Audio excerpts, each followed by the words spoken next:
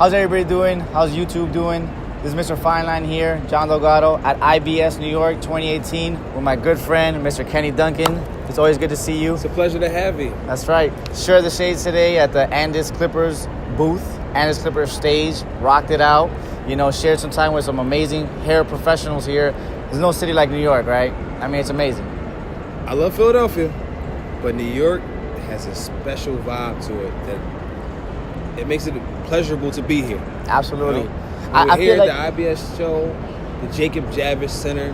But as I'm just standing here as we're shooting this video, I'm taking a look at all the beautiful architecture, and it's enthralling. It draws me in. It actually inspires some artwork. You can actually find artwork of hair designs in architecture. Absolutely. It's definitely amazing. Absolutely. That's the artistic in him, the artistic, creative side of Mr. Kenny Duncan. But today I brought you here, and I want to share with the YouTube world a couple questions that I want you to share some insight. Probably not your typical interview, because I know Mr. Kenny Duncan, he's like an onion. We got a lot of layers to peel through. But there's a couple questions I want to share with the YouTube world that they probably don't get to see of Mr. Kenny Duncan. So if you'd be so kind to share a couple questions, some insight with them, I'd be happy that the YouTube world gets to see that side of Mr. Kenny Duncan. So the first question I want to ask you is, I know everybody knows Mr. Kenny Duncan, Clipper EDU, the educator. Which died. Right, that's no longer, it's Kenny, it's K Duncan Grooming, right? So you are more than an educator, you are more than a shop owner, you're more than a barber to the community, but you're also a barber to celebrities. What I want to know is, so many people out there have a hard time balancing out just being a barber and a family man. How do you balance it all out? There's a couple things we have to understand as a prerequisite before I explain some things, because without giving the prerequisites and without giving the backdrops, you'll be disconnected from the answers I'm going to give. So I have to start there first. First off, we have to understand that we being created in God's image, and I firmly believe, based on my convictions, that God exists in community. I believe in a triune God, and we're created in His image. So therefore, I have a solid understanding and firm belief that we're designed to exist in community. Meaning, there's nothing that I accomplished, there's nothing that I've entered into, there's nothing that I've done that I can take as an individual success of it just being owned by me. Okay. The main reason why is because I'm made in God's image. I firmly believe that I exist in community. So I have to have connected with other individuals to cause me to be successful. Okay. One of my mentors shared with me this concept. And he said that your success is solely dependent upon the potential of the people around you. Okay. So think about it. Potential of people around you. Yeah. I don't judge people based off where they are now. You got to judge people based off of where they're going. Okay. If people are going in the same direction, guess what they're called? The true definition of friendships or friends are two people walking in the same direction. If there's individuals that are walking the same path as me, wanting to become a better version of themselves, wanting to actually use the God-given gifts and talents to help people raise their self-esteem and get paid to do it, right, and get paid to hang out with your homies. Right. My goal is just to toss the chips up as they may and allow God to be sovereign, and however the chips fall, they fall. So to kind of summarize, I would say that, I guess what I'm taking from that is that you don't say that you're not Superman. You don't have 40 hours in a day. No, I can't do it. You help user relationships, your family, I'm sure, you know, your spouse, kids, etc., teammates, co-workers, colleagues, everybody, to help you accomplish all the things you accomplish. Everybody. Nothing I own is, I can say that, hey, I did that. Okay. Nothing I can say that. Even down to the things I teach in the class. Wow. The gift that I've been given by God is the ability to be able to explain the things that I've learned. Okay. I've learned so many things from over 100 different mentors. So if anybody has learned from me, they really learned bits and pieces for the thumbprints of the other individuals that have taught me. I agree. And the only thing that I've gotten is from God is the ability to be able to explain it to the way that somebody else can actually digest it and duplicate it themselves. Right. So for the YouTube world, I think the take from here is, if you're trying to do a lot, seek out help. Definitely so. Seek out mentorship and Definitely know when to ask for help. Definitely so. There's some ideas I want to share with you that help me understand it fully. As a business owner, running a business, every business needs 3 people, or 3 roles have to be fulfilled. It's operator, there's management, and then there's entrepreneurship. Yep. Operators operate in the present. That's the people that walk in and make the business go. Cut, etc. Cut, etc., cook, clean, curl, whatever. They're the operators. They feel like they're the most important persons within the business because they feel like they do the most. Right. But you need management because the operators think in the present. Management thinks in the past. Management is going to be somebody totally separate, or should be somebody totally separate from the operator, because their role is to think of all the things that happened good in the past and all the things that happened bad in the past, and their job is to come up with policies to help continue with the things that are good and help prevent the things that are bad. Right. Operators and management are designed to be at odds. They're designed to be at odds because the operator feels like, hey, the way that I'm doing things now is causing the doors to spin, causing the doors to stay open, so don't bother me. Right.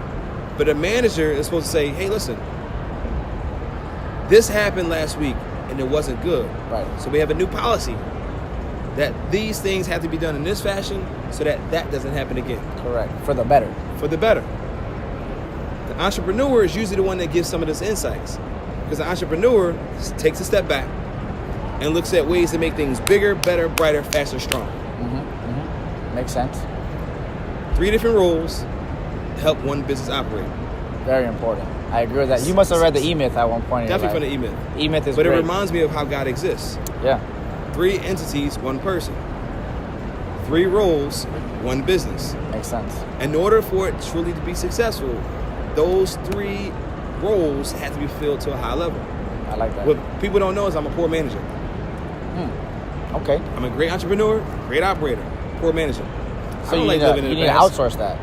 Definitely so. That's the reason why I use online appointment systems to help structure my business. It's the reason why I have a business partner that acts as the managing partner for a business to help out with some of the day-to-day stuff that I'm not great at. It's the reason why we, even outside of us as owners, actually hired a manager to be one of the barbers and managing barbers within the shop to handle some of the things that we're not good at. Right. I'm not good at them because I'm not always there. Right. How can I enforce the policies if I'm not there? Right. That's true. I'm the one that thinks about the policies. As an entrepreneur, you got to think about how to make things bigger, better, brighter, faster, stronger. The future. I got to think in the future. So in order for me to do that one, my struggle is focusing on being that true entrepreneur while still being an operator. Okay. One of my mentors, he told me, he said, Kenny, it's hard for you to work on your business while you're working in your business. So here's the beautiful thing about traveling. Here's how it all comes to full circle. The reason why I'm not burnt out, the reason why I'm not frustrated is because I get that time to get away. Time away from the family makes me better for my family. True. Time away from my business makes me better for my business. So the reason why I actually have been graced by God to be able to handle it is because of the balance that I get from the disconnect from being an operator, the time to actually thoroughly be an entrepreneur, come to great events like this and be inspired of so many different ways to become a better entrepreneur. Yes. So when I come back, I have ideas. Hey, this is what we're going to do. This is the reason why we're going to do it. And this is how we're going to do it. And you, as a team, are going to help it be executed because you benefit as well as me. Yeah, that makes total sense. That makes things much easier. And that's the reason why things can be accomplished at a higher level without it just being me doing it, even though the world wants to give one person credit when the reality is it's not just one person. It's a team. It's a production. Definitely so. Yeah. I like that. And the whole idea is sometimes addition by addition isn't the way to go. Sometimes it's addition by subtraction. You got to do less and you get more accomplished more efficiently. Now, moving forward, I want to ask you, because I've been cutting hair in Miami for a long time. It's a very diverse place. A lot of different ethnicities. Somebody could be of one race, of one country, and look completely different than somebody from that same country. But in traveling, I've noticed that sometimes there's a type of hair cutter, whether it be barber, stylist, whatever, that tends to specialize.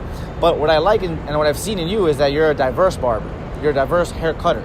You know how to cut all different type of hair types, all different type of hairstyles, designs, traditional, everything. So what insight can you give me to those people that feel like they need to specialize in their neighborhood? I'm a Latin barber, I'm an African American barber, I'm a white barber, I'm an Asian barber. What insight can you give, and how have you been able to kind of break from that mold, so to speak? Takes time. takes effort and energy, and it took a reason. Before working with Anders, I was known as one of the best barbers in the city. Okay. If you would have asked me to judge, if you asked the older version of Kenny to judge the younger version of Kenny, I would have told the younger version of Kenny who thought he was one of the best that he was the worst. Okay. And the reason why is because the younger version of Kenny was only positioned to be able to serve the people in his community, and that was it. But because that's all he had experience with, and that's all that was necessary to operate in that barbershop, Kenny of that year felt as though he was better than what he really was. Okay. Until Kenny got outside of that city, until Kenny got exposed to true barbering outside of that city, his perspective would never have been changed. Perspective, important word, perspective. Definitely.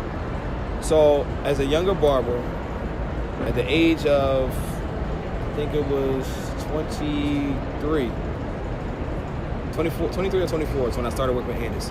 Okay. And at that time, I was averaging about $36,000 a year. Which I think a lot of barbers probably have plateaued around that number. Yeah, that's the reason why I thought I was one of the best. Young, not much responsibilities, have cash on me all the times. It's not much that I didn't. I mean, it's not much that I couldn't buy that I wanted because I didn't have any bills. Right. When I started working for Anders, the first thing I had to do was teach people from other walks of life, other neighborhoods, how to become a better barber. My viewpoint on how to be a good barber at that time was limited to the mentors that taught me at that time. Correct. I found deficiencies in what I was teaching when I started to travel more. When I was teaching other barbers how to become a better technical barber, they were indirectly showing me that my business as a barber sucked. Interesting. Because so by you teaching, you got insight. Definitely so. That's why I always come back. Yeah. I just told you, as an entrepreneur, I'm inspired to become a better entrepreneur based off of what I'm around. Because what happens is, the way that I was doing things and the way that my mentors at the time told me to do things, because my mentors had plateaued and I didn't know. Right. It's like having a 5th grade teacher, but then you have a desire to go to college. Right. That's necessary to help you get to the 5th grade. But at some point, you need to move on. That next level. What's happened for me was a blessing. Okay. And me being hired by Anders. What happened for the people around me was a blessing, being hired by Anders. Because this opportunity caused me to be in other neighborhoods, teaching other people how to cut hair, and I started learning more things. So each and every class that I've taught, starting from back in February 2005, is when I started with them. Yeah. Each and every class I've taught has gotten better because I grab different things, different insights from the people that I get a chance to be around. Keep in mind, your success is solely dependent upon the potential of the people that surround you. Potential of people around you. So you're around other people who are willing to be open and learn. These are individuals that are going somewhere. People who are not willing to learn aren't going anywhere. Correct. Bunch of people always coming into classes are a bunch of people that are moving in a better direction. They want to progress. So here's what I'm around more often. A bunch of individuals that are aspiring to me to continue to want to learn and grow because they are in a position of wanting to learn and grow. Right. So that's the reason why you look at me now as somebody who can, groom hair in any barbershop across America and literally excel at what that neighborhood asks that barbers or those local barbers to do. Right. It's because I've been around so many other local barbers and gotten so much insights from so many other local barbers that it's rubbed off. So now the mindset and perspective that I get from so many other people, I understand it because of being around it so much. Right. So you don't necessarily need to be the next Anders educator to become diverse, but the idea is you got to get it out of your environment. Definitely get outside so. from inside the looking glass and so. see it from different perspectives. Here's what one of my mentors told me. If you want to be something, get around somebody who is it. If you want to learn something, get around somebody who asks the questions to the person that actually knows and does it. Hold on, you got to repeat that one more time. Repeat that one more time for the people on YouTube. If you want to be something, you got to get around the person that is it. And if you want to learn something, you got to ask the questions to the person that actually knows it. But here's the other nugget of wisdom that I want to share with you that one of my mentors shared with me. Don't come up to a mentor and say, how can you help me grow? Or I want to learn something from you. Or help me get on. Don't do that. Because what you just said to your mentor was, I want to enter into a one-sided relationship. I want you to take your time, which is valuable, and give it away to me for free so that I can grow. And I never language that I'm going to be of any benefit to you at all. Right. Keep in mind, I said in the beginning, I've learned that we are designed to exist in community. So if you really want to learn and grow for somebody, this is what you do. You ask them, how can I help you? Nice. So if you offer yourself as a resource to the person that you want to be around because they're doing something that you want to do, if you want to get the opportunity to be able to ask somebody a question and get an honest answer, a true answer from the person that knows it, you ask them, how can you be around by helping them out? So therefore, if you're a barber that works in a suburban neighborhood and you want to become somebody who's better at beards, why not offer yourself as an assistant to the barber who does what you want to learn how to do? So that while you're sweeping up hair around their station, keeping their hair clean, and they're asking you to go to the store, you can closely watch the technique that they're using, that clipper, razor, or shear, how to do it. And then after that day is done, and after you've done all you need to do as an assistant for them, you can ask them a question. Well, I seen that you use this trimmer and you face it up, you face it down. I seen that you use this product. I seen that you did this. I seen you use this type of blades. What's the reason why? Because of you laboring to make their day easier, they'll be willing to give you that 5 minutes. Nice. I like that. It's the whole idea of people that are going in the same direction is the definition of friendship. Our success is solely dependent upon the potential of the people that surround us. That's awesome. So if you're around people that's not going anywhere, it's going to hurt you. Not going anywhere either. So now I want to ask you a very specific question. Because, let's face it, we're on YouTube. Social media is everywhere. And you got to learn how to use it on your side. So everybody has a different take on how they use their social media. And I like what you've done with your Instagram page specifically because it looks very unique. And I know that a lot of people post stuff on Instagram, Facebook, etc. with real no mindfulness whatsoever. It's just whatever's happening right now. Sometimes it has the right shock value, a crazy haircut that you took 2 hours on and you really want to get it out there to get as many likes as you can.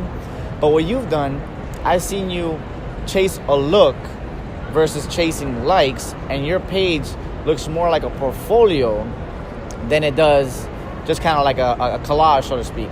So share some specific insight to why and maybe even when you decided to go from just posting whatever, random stuff, to a very particular look on your Instagram and social media in general. First, you have to understand what I am chasing. Because I am chasing something. Barbers don't pay other barbers for haircuts. Most of the time anyway. True. Most people that follow me are barbers that I've met at shows, barber that taught my classes. So majority of the following I have is barber related. But they're not paying me. Right. The people that are paying me at this point are clients. Now, I have a full book for the rest of the year in my barbershop. I'm at a point where I'm just managing the clients that I have. Right. My goal is to attract new clients, but they have to be clients that's willing to pay more than the clients that I have now. And most of those are celebrities. So the people that I will make room for, and my clients will know and understand because it's a part of growth, it's for individuals that are willing to pay a premium for my services and allow me to have a different cultural experience in life that I'm not going to get inside of the barbershop. What I've learned is, in order for me to be a part of those image creators, I had to focus on creating an image. So my social media page is my magazine. Because I'm in a mindset of thinking differently than I've thought before, because of spending time as an entrepreneur to think like an entrepreneur, how to make things bigger, better, brighter, faster, stronger, my focus is how can I increase my earning potential? How can I actually put myself in a position where I'm presenting what I do to a group of people who value what I do and will have a high value of it. So it's no longer about somebody giving me likes. It's about production opportunities coming my way. Right. In order for me to do that one, I had to make sure I'm mingling with the right people, not with a large number of people. So my goal is to make sure that I'm prime, rep, and ready for the proper images to be laid out. So when individuals go to my social media, they're impressed with the overall look, not just with one post that I did three weeks ago. True. So the goal for me is to make sure that I'm creating a curated image that has a theme. And then the second goal that I'm going for is that I've won Educator of the Year 4 times. I love educating, but I'm not trying to be the best educator ever. Right. Some people may call me that, but that's not what I'm trying to be. I'm just trying to be a better version of myself. And I've learned that I've, over time, gained some valuable insights that help additional companies outside of Andis as well. Yeah. So my position is to focus on partnering with companies that will value the insight that I'm willing to share. And a part of that one is image creation that I could do for them. Got it.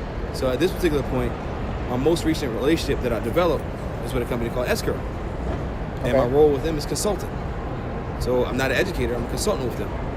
But I still love education, therefore I'm an educator with Andis. We're here. I'm still in a position where I have my own grooming line, so I have a partnership with a company called Vincent, which is the manufacturer of my grooming line of combs, the K. Duncan collection, which anybody can find on KennyDuncan.com with my online store. But it's also the reason why I partner with Reserva, because I'm not a great manager. Mm-hmm. In order for me to present myself to the public as somebody who's comprehensively whole, and that's what you interpreted, is that Reserva has filled in the gap for what Kenny doesn't do great. Right. I don't want to be a slave to my phone. My phone etiquette is horrible. I have close friends that said to me, somebody said to me today, hey, I was on stage cutting hair, and said, hey, can I answer your phone? I was on stage cutting hair. Not the time. But hey, it's real. It happens. This is what happens. So in order for me to be able to still maintain a successful business, I had to have additional accessibility without additional responsibility, and Reserva helps me out with that. Right. So give me the time to focus more on service instead of administration. Right. I like that. Well, I just think there's a lot of thoughtfulness that what Kenny does, he doesn't do it by mistake. He's put some thought into it, the whys to everything. The same way we teach on stage why we use this clipper is the same way we do our business. Well, why do we do this in business? Do we just do it because we've learned it from the past, or are we doing it for a reason? So I think there's a certain thoughtfulness that you've taken to just your life in general that I think people could really take from and should, learn from. So with that being said, I want to thank Mr. Kenny Duncan for his time. I know you guys enjoy the time. I always enjoy, listening to this man kind of share his little tidbits and nuggets. I know I took a couple things just from this interview. So I want to thank him again, Kenny. No, it was always a pleasure. Thanks for having me. I'm humbled that you even asked me to be a part of Absolutely. it. I'm humbled by your kind words, and I challenge you. Continue to walk in greatness, man. That's it. So, YouTube, make sure to check out Mr. Kenny Duncan, K. Duncan Grooming on IG. Your website is again? KennyDuncan.com. Make sure to check out KennyDuncan.com. From IBS New York, thank you guys.